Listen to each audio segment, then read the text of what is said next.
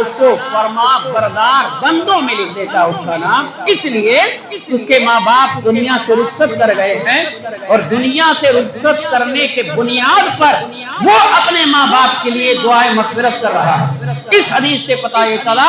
کہ اللہ کے رسول صلی اللہ علیہ وسلم ارشاد فرماتے ہیں کہ اگر ماں باپ دنیا سے رخصت کر جائے، تمہارے اعز و اقربا، تمہارے بھائی اگر رخصت کر جائے تو ان کے لیے آپ اصال ثواب کر سکتے ہیں۔ اصال ثواب میں کیا جاتا ہے؟ قرآن کی آیت مبارکہ تلاوت کی جاتی ہے، تسبیح و تحلیل کی جاتی ہے، درود مبارکہ کی کثرت کی جاتی ہے، جس کے بنیاد پر اس کو بھی کثرت درود سے اور کثرت تلاوت کے بنیاد پر اس کو بھی اللہ تعالیٰ ثواب عطا فرماتا ہے۔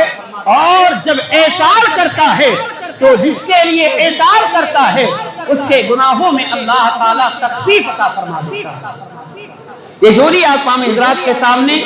گھمائی جا رہی ہے۔ اقوام حضرات زیادہ سے زیادہ تعداد میں مسجد کی جھولی اور قبرستان کی جھولی میں عنایت فرمائیں اور ثواب دارین کے مستحق بنیں۔ نبی کریم صلی اللہ تعالی علیہ وسلم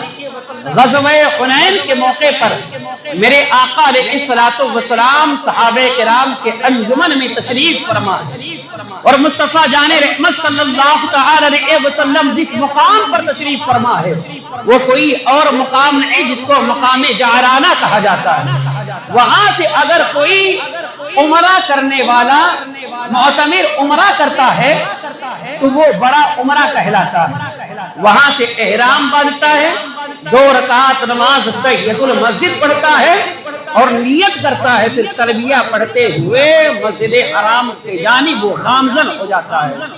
میرے آقا علیہ الصلوۃ والسلام کی ایک جنگ جس کو غزوہ حنین کہا جاتا ہے، 2 جنگوں میں اللہ تعالی نے نبی کریم صلی اللہ تعالی علیہ وسلم کے لیے فرشتوں کا نزول عطا فرمایا ہے۔ ایک تو غزوہ بدر میں اور ایک غزوہ حنین میں 5000 فرشتوں کو اللہ تعالیٰ نے غزوہ حنین میں بھی بھیجا ہے، آسمان سے فرشتوں کو میرے آقا علیہ الصلوۃ والسلام کی حمایت و صیانت کرنے کے لیے۔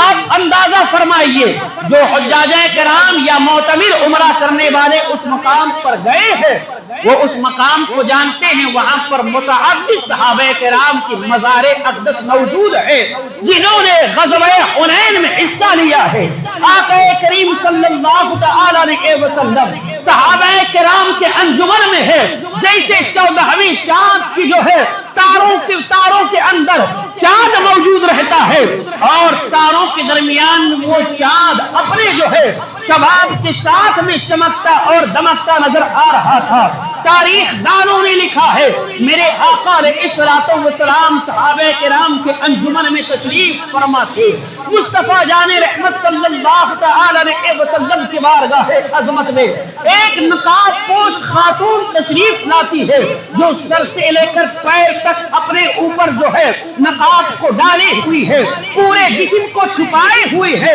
صحابہ کرام دیکھ رہے ہیں آقا کریم صلی اللہ تعالی علیہ وسلم کی بارگاہ عظمت میں جب وہ خاتون تشریف لاتی ہے، لانے کے بعد میں میرے آقا علیہ الصلوۃ والسلام کے قریب میں آتی ہے، مصطفیٰ جان رحمت صلی اللہ تعالی علیہ وسلم کے جسم اقدس پر جو چادر مبارکہ تھا، میرے آقا علیہ الصلوۃ والسلام چادر کو اپنے جسم اطہر سے اٹھا کر زمین پر بچھا دیتے ہیں اور وہ خاتون جو ہے اس چادر پر بیٹھ جاتی ہے۔ تمام صحابہ کرام تشریف فرما ہے، میرے آقا علیہ الصلوۃ والسلام نے کسی صحابہ کے درمیان میں اور کسی صحابہ کے جانب نظر التفات نہیں فرمایا ہے، اس خاتون سے میرے آقا علیہ الصلوۃ والسلام گفتگو فرما رہے ہیں۔ مصطفیٰ جان رحمت صلی اللہ تعالی علیہ وسلم کسی کے جانب دیکھ نہیں رہے تھے، ابو بکر کی نظر دیکھ رہی تھی، عمر کی نظر دیکھ رہی تھی، عثمان غنی کی نظر دیکھ رہی تھی،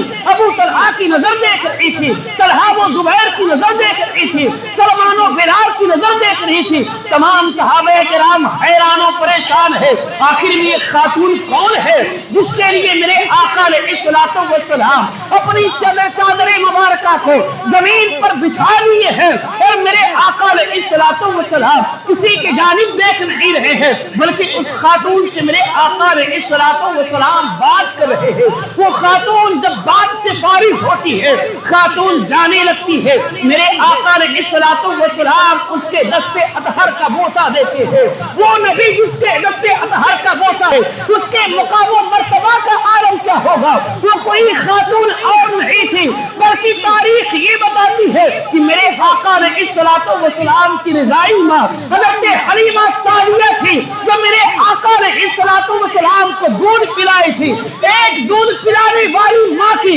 جب مصطفیٰ جان رحمت صلی اللہ تعالی علیہ وسلم اتنا ادب و احترام کرتے ہیں، تو حضرت آمنہ موجود ہوتی اس وقت تو مصطفیٰ جان رحمت صلی اللہ تعالی علیہ وسلم کتنا ادب و احترام کرتے۔ پتہ یہ چلا کہ جو آپ کے باپ کا دوست ہو، جو آپ کی ماں کی سہیلی ہو، میرے آقا علیہ الصلوۃ والسلام نے پیغام دے دیا ہے کہ ان کے ساتھ میں حسن سلوک کیا کرتے۔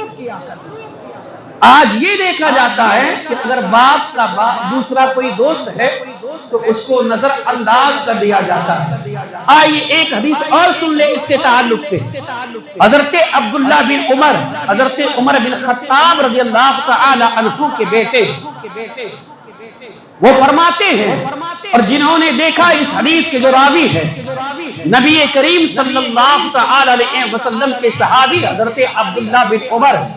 جو میرے آقا علیہ الصلوۃ والسلام کے ساتھ میں غزوات میں شریک تھے اور کئی ایک غزوات میں تھے۔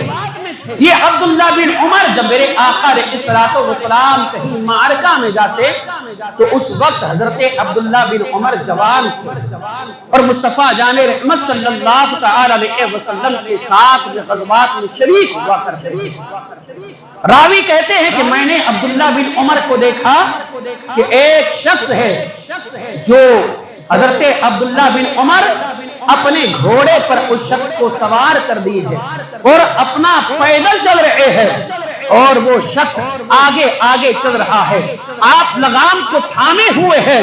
لیکن راوی کہتے ہیں میں نے عبداللہ بن عمر سے پوچھا، اے عبداللہ بن عمر، آپ اس انسان کو جس کے جسم پر پھٹے پرانے کپڑے ہیں، آپ اس کو جو ہے اپنے گھوڑے پر سوار کر دیے ہیں، آپ پیدل چل رہے ہیں، آخر میں معاملہ کیا ہے؟ تو حضرت عبداللہ بن عمر نے ارشاد فرمایا، اس لیے میں جو ہے اس کو گھوڑے پر سوار کر دیا کیونکہ یہ میرے والد گرامی کا دوست تھا، اور اللہ کے رسول صلی اللہ علیہ وسلم نے ارشاد فرمایا ہے کہ جو جس کے باپ کا دوست ہے، تو مصطفیٰ ارشاد فرماتی ہے کہ اس کے باپ کے دوست کے ساتھ میں بھی حسن سلوک کیا کرو۔ اس لیے آقا کریم صلی اللہ تعالی علیہ وسلم کے فرامین پر میں عمل کر رہا ہوں۔ یہ صحابی حضرت عبداللہ بن عمر، پتہ یہ چلا کہ آپ کی ماں کی اگر کوئی سہیلی ہے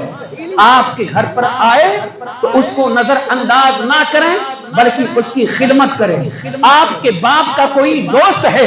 تو اس کی بھی آپ خدمت کریں، کیونکہ یہ صحابہ کرام نے ایسے عمل کو جو ہے لوگوں کے سامنے کر کے دکھایا اور دنیا والوں کو یہ پیغام دے دیا کہ آپ کے باپ کا اگر کوئی دوست ہے، آپ کی ماں کی کوئی سہیلی ہے تو اس کے ساتھ میں حسن سلوک کیا کرو۔ ماں باپ کی نافرمانی کی وجہ سے اللہ کے رسول صلی اللہ تعالی علیہ وسلم ارشاد فرماتے ہیں، جس کے راوی حضرت مولا کائنات علی شیر خدا ہے، آقا کریم صلی اللہ تعالی علیہ وسلم کی بارگاہ عظمت میں حضرت بلال تشریف لاتے ہیں اور